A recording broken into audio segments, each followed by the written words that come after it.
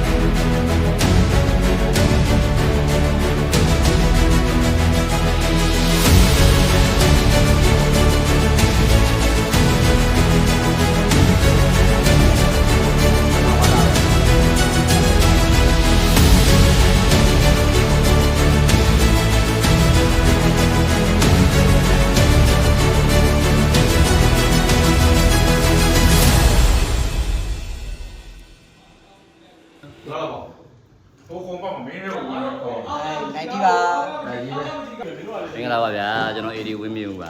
โอเคဘာလဲလုံး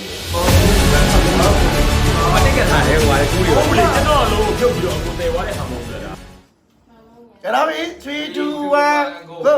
တဲ့